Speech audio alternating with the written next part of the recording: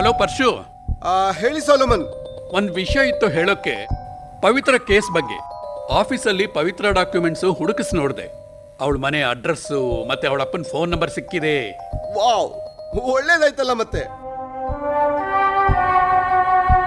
ಇದೇ ಗುರುವಾರ 21ನೇ ತಾರೀಖು ರಾತ್ರಿ 10 ಗಂಟೆಗೆ ಕೇಳಿ ಪತ್ತೇದಾರಿ ನಾಟಕ. ಹಾಗೆ